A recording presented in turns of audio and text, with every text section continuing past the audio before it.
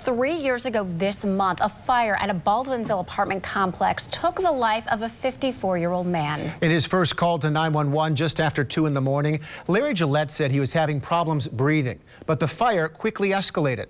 By the morning, an internal investigation was underway. Ultimately, the head of the 911 center described the event in an affidavit obtained by NBC3. Now, in it, the 911 commissioner states the delay in dispatch may have contributed to the death. According to the 911 commissioner, it was only the second time in the history of the 911 center that a death may have been due in part to a delay in dispatching the appropriate fire department resources. In this NBC3 exclusive tonight, we uncovered details of the county's follow-up investigation, which has been kept internal until now. Late November 2012, in the middle of the night, 54-year-old Larry Gillette calls 911 for help. He's having trouble breathing. He tells 911 there's smoke. Police and a rescue truck start toward the apartment. Larry Gillette says he's trapped. There's an explosion. Documents we've obtained state that police can't get inside. They make a heroic attempt. Pushed back by flames in front, they break a window in back. They're yelling to Gillette, but can't reach him as the apartment fills with smoke and fire. The fire trucks have yet to arrive. Larry Gillette cannot be saved. What are your fond memories of Larry? He was a good-hearted person. He thought the world of me. If I said something I want, he would always go out and get it for me. And just miss him. Larry Gillette grew up in Baldwinsville, the oldest of 3 boys. He served in the military. He loved watching sports. His family says he was content living with his little dog. We had to identify, Larry as, as he was the one who actually passed away in the fire, which was very disturbing to see anything like that, and especially, being a family member, a close brother, it's very hard to see something like that. I don't wish that upon anybody. And so it's almost within a minute or two after. 3 years after the fire, the Gillette family tried to put it behind them. They did not look too deeply into the events of November 29th. Were you surprised when I contacted you? Yeah, I was blown away. I didn't think anything ever would come of it. The family says they heard stories of a delay, but knew nothing more.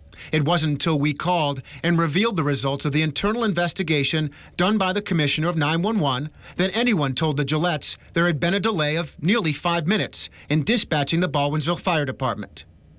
Through a Freedom of Information request, we obtained the chronology of events recorded in the 911 Center's computer system. Court documents also reveal statements made by those in the 911 center that night and results of the county's internal investigation. 2:02:18 in the morning. The initial call from Larry Gillette comes into the 911 call taker. He's complaining of having difficulty breathing.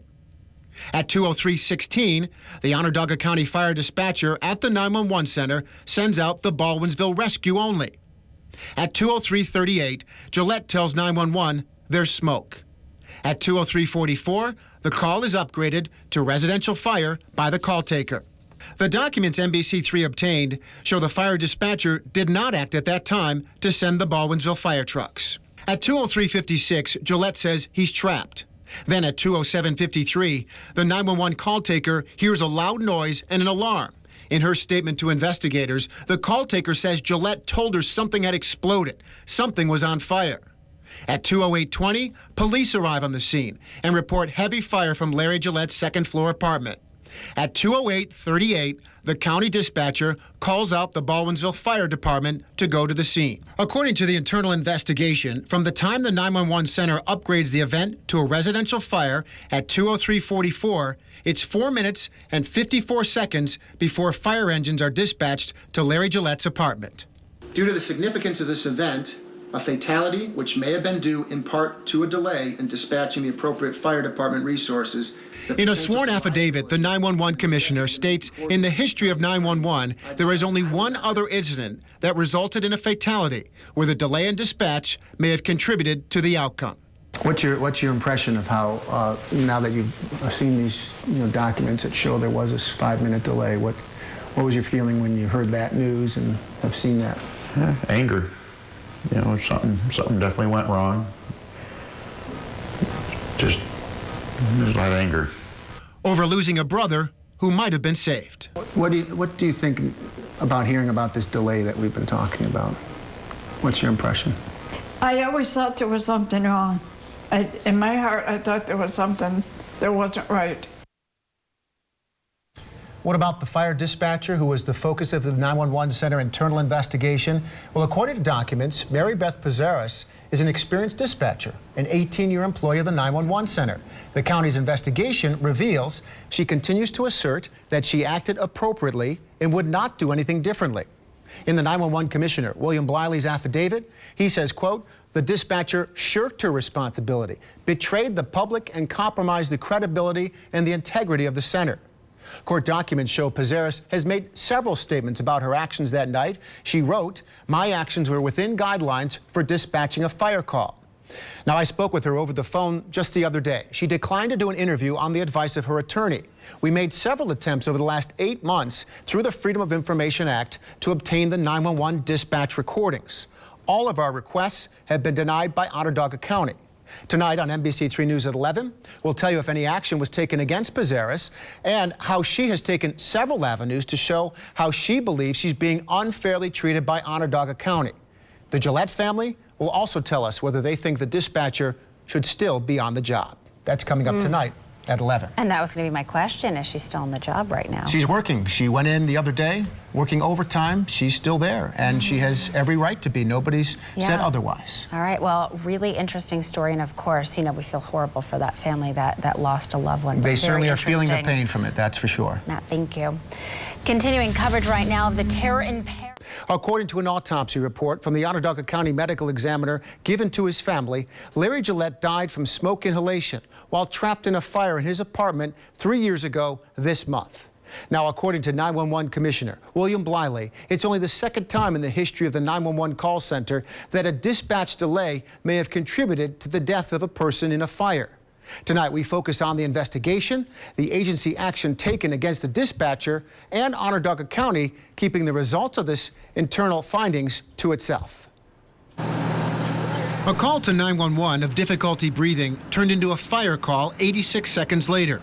But documents from the internal investigation by the 911 Center show the fire dispatcher did not alert the Baldwinsville fire trucks to respond for nearly 5 minutes. But 911 has confirmed to us that one person was trapped inside when this fire started. We also know that Larry Gillette was trapped in his apartment while remaining on the line with the 911 call taker.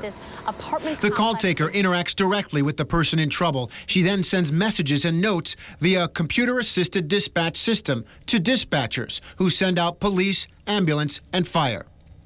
2:02:18 a.m., the initial call from Larry Gillette comes in to the 911 call taker. He's complaining of having difficulty breathing. At 2:03:16, the Onondaga County Fire Dispatcher at the 911 Center sends out Baldwinsville Rescue. At 2:03:38, Gillette tells 911 there's smoke. At 2:03:44, the call is upgraded to residential fire by the call taker. The county's internal investigation found the call taker correctly relayed this information to the fire dispatcher. The documents NBC3 obtained state the fire dispatcher questioned the call taker's decision to upgrade the fire.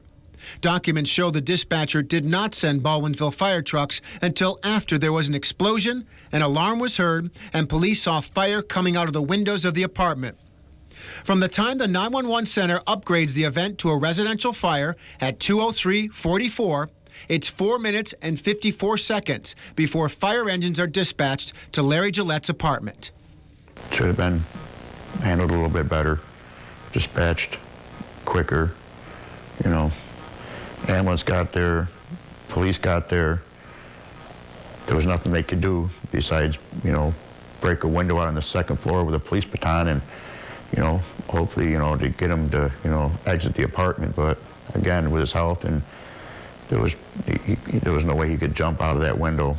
In the days that followed, the family of Larry Gillette was told by the 911 Center about their brother's panicked final moments, as heard by the 911 call taker. But they say they were never told about the 5-minute dispatch delay. Not until we informed them about what we uncovered through the Freedom of Information law and court documents. She stated that she had already had resources en route and that she hesitated to, quote, blow out resources for multiple fire departments if they were not needed. The day after Larry Gillette died, an internal investigation commenced. In statements gathered by a shift supervisor, dispatcher Mary Beth Pizarris offered a 6-line handwritten explanation of what occurred. Dispatcher Pizarris wrote, "Call came in as difficulty breathing. I dispatched Baldwinsville Rescue. Notes were unclear as to what was going on.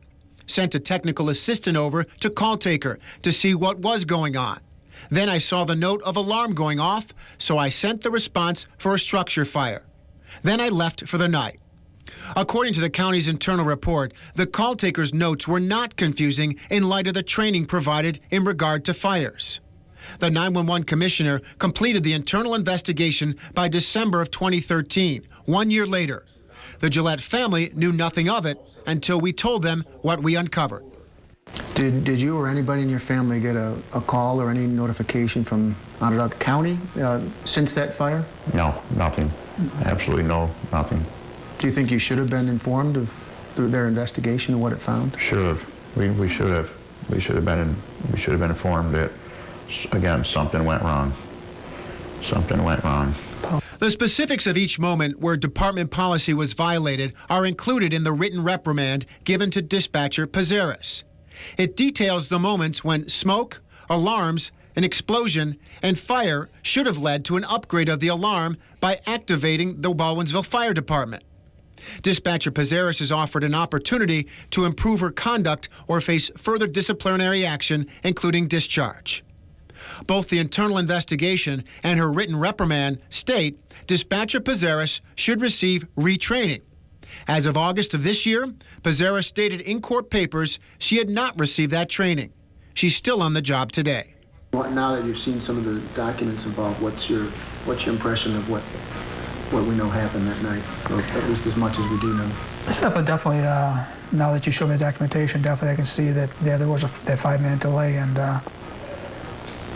with the discipline and everything else that happened at the 911 center.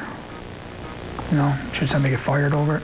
I'm not sure how I feel about that. Everybody deserves a second chance. Maybe it's retraining or maybe investigation, find out what went wrong and make sure it never happens again. Now, according to documents, Dispatcher Pizarris is an experienced dispatcher, an 18-year employee of the 911 center. The county's investigation reveals Pizarris continues to assert that she acted appropriately and would not do anything differently. Court documents show Pizarris has made several statements about her actions that night. She wrote, "My actions were within guidelines for dispatching a fire call." Now, Pizarris has fought that reprimand. She's taken her case to the County Personnel Department, a union arbitrator, and the State Human Rights Commission. The CSEA union ruled the reprimand was appropriate. The Human Rights Commission ruled there was not enough evidence to support her claim she has been the victim of gender discrimination.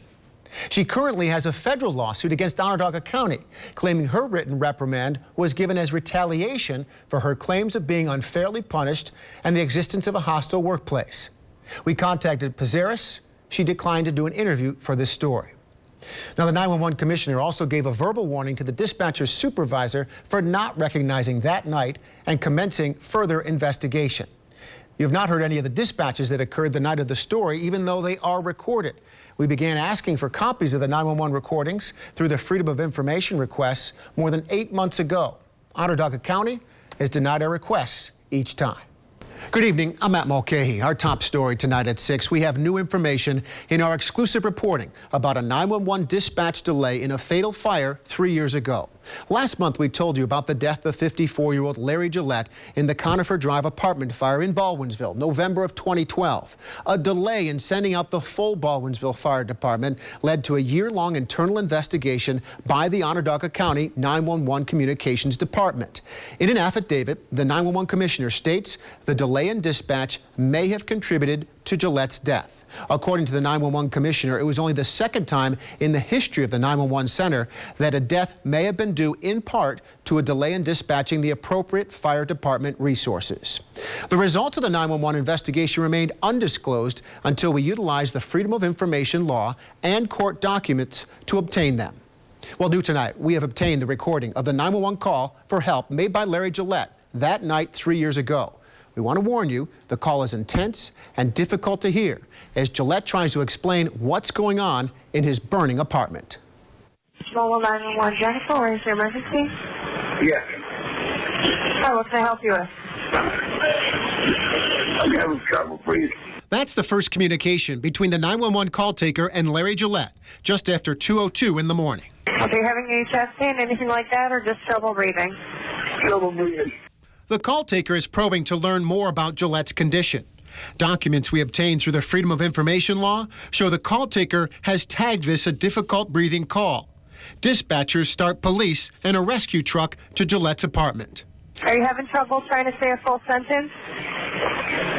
Please hurry. All right, I already have them on the way, okay? These are just more questions to help them. Do you feel clammy or like you have cold sweats? I can't breathe. You can't what? I can't breathe.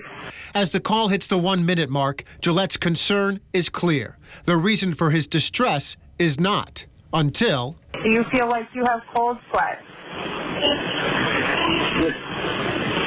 The house is going up with smoke. Is the house on fire? No. No, what kind of smoke? I don't know. Documents reveal as soon as smoke was mentioned, the call taker upgrades the call to a residential fire. The time is now 2:03 and 44 seconds. Court documents reveal 911 center policy requires the fire dispatcher to immediately send fire trucks when a call is upgraded to a residential fire. But according to the internal investigation, the Baldwinsville Fire Department was not dispatched at that time. Please hurry. Okay, they're on the way. Can you get out of the apartment? No. The official timeline shows the call taker relaying the information that Gillette is trapped. The recordings also reveal a discussion about the source of the smoke. Gillette saying he used linseed oil on his apartment steps. Did it get lit on fire? Why is it creating smoke? I fumed. I don't. It's fumes. There's no smoke? No. It's just filled up. Okay, but there's no smoke now. No? No. Was there ever any smoke? No. No? No. Please hurry.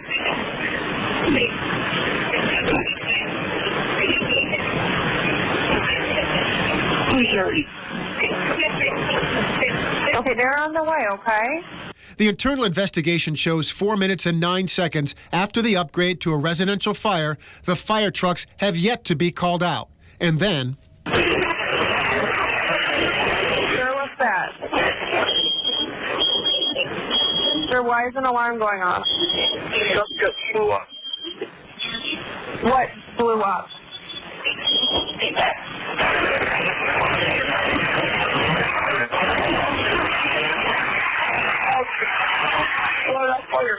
What's on fire now? Sir, what is on fire?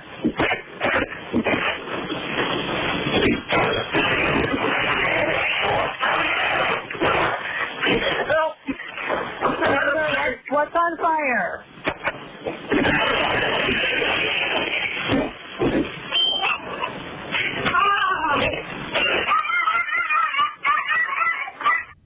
The internal investigation shows at the time the call taker tells the 911 center something blew up, something's on fire, police arrive and report fire shooting out the second-floor window.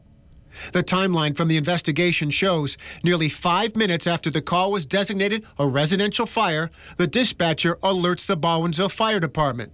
From outside the apartment, the police officers try to communicate with Larry Gillette while 911 stays connected. Sir, can you hear me?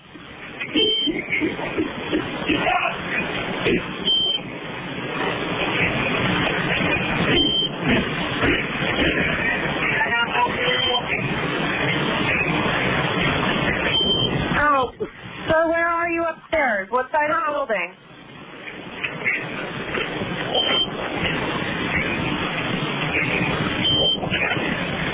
Oh, sir, what, can you hear me? Oh, don't want to die.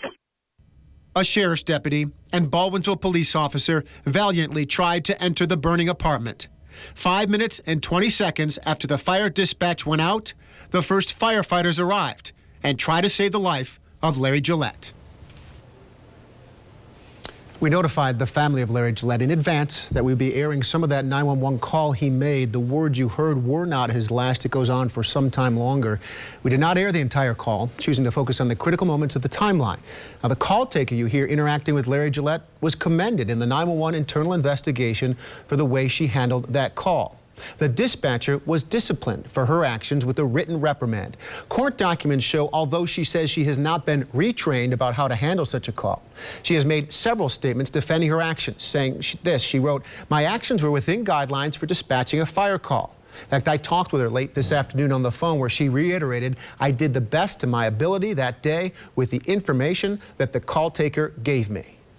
Now, last week, we caught up with the 911 Commissioner, William Mulcahy, as he left a meeting of the county legislature. We offered him a chance to comment on the 911 dispatch delay. I've been asked to refer all questions to the county attorney's office. Well, hopefully there's a time when we can talk about what happened. Hopefully. But not right now.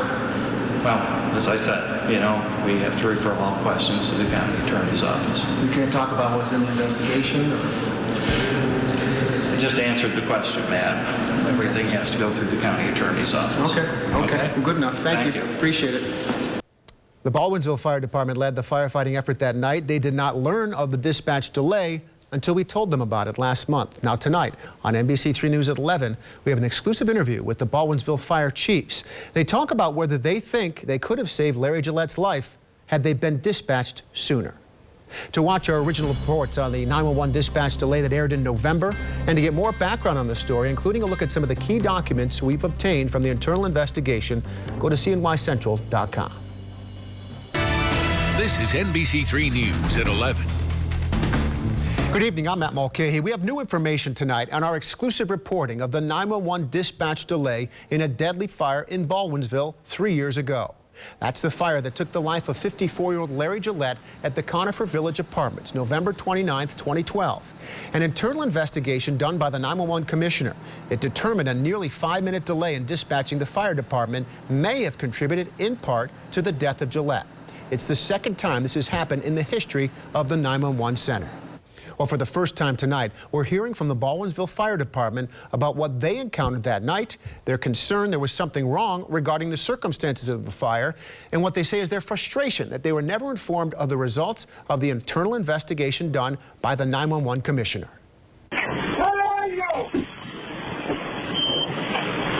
The first firefighter to arrive at 208 Conifer Drive faced heavy flames as he entered Larry Gillette's apartment. The recording of the 911 call captured the moment the firefighter found Gillette on his apartment floor. It was too late to save Gillette's life. This is the CAD, so computer-aided dispatch system screen messages being sent out. 3 years after the fire, current and former leaders of the Baldwinsville Fire Department distinctly remember their first view of the Conifer Drive apartment fire. How the fire was already through the roof on the building when we got the alarm, so it traveled fast. When I arrived, they had heavy fire blowing through the roof. My first thought was, man, this got a head start on us. Tony McIntyre was the Baldwinsville deputy chief the night of the Conifer Drive fire. Tom Perkins was also there. Now, Perkins is the Baldwinsville chief. They say the first they knew, the 911 center's internal investigation revealed this nearly 5-minute delay in dispatch was when we told them. Inspecting some of the records we obtained through the Freedom of Information law, they say they realized why the fire was so advanced when they arrived. The disheartening part was learning that there was approximately a 5-minute delay from the time it was changed from an EMS call to a fire. Tom Perkins has decades of experience and training in fighting fires. He says a fire can double in size every minute. The delay was 4 minutes and 54 seconds, or it ends up being described as nearly 5 minutes in this investigation.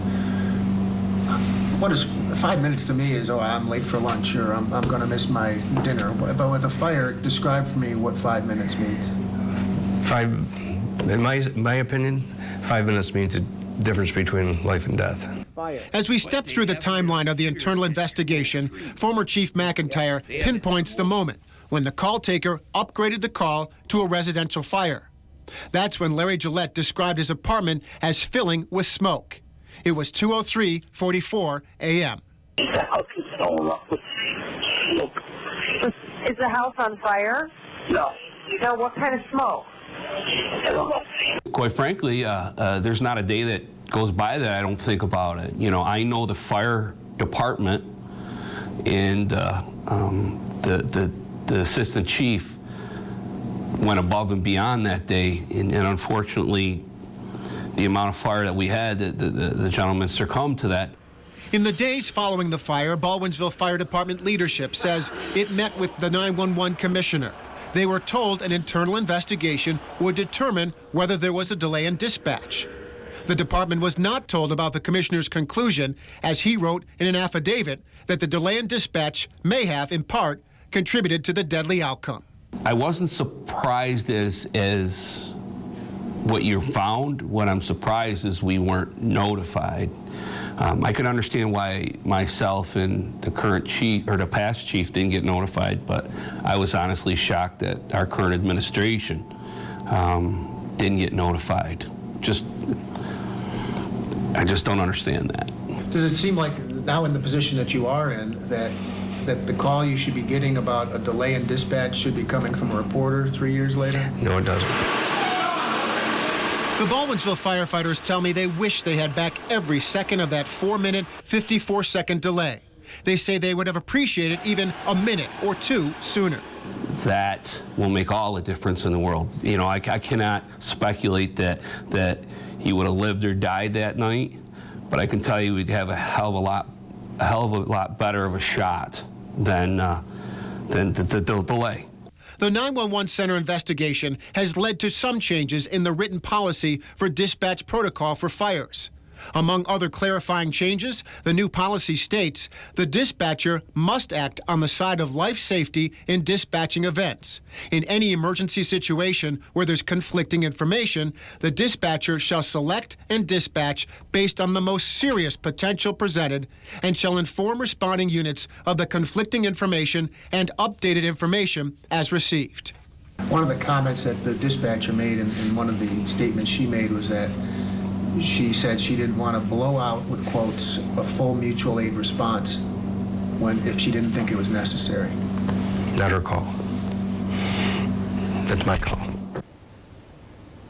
Now, current Chief Tom Perkins, who you see there, told me, we don't care about getting called to a lot of false alarms. We just want to be called, and we'll make that determination.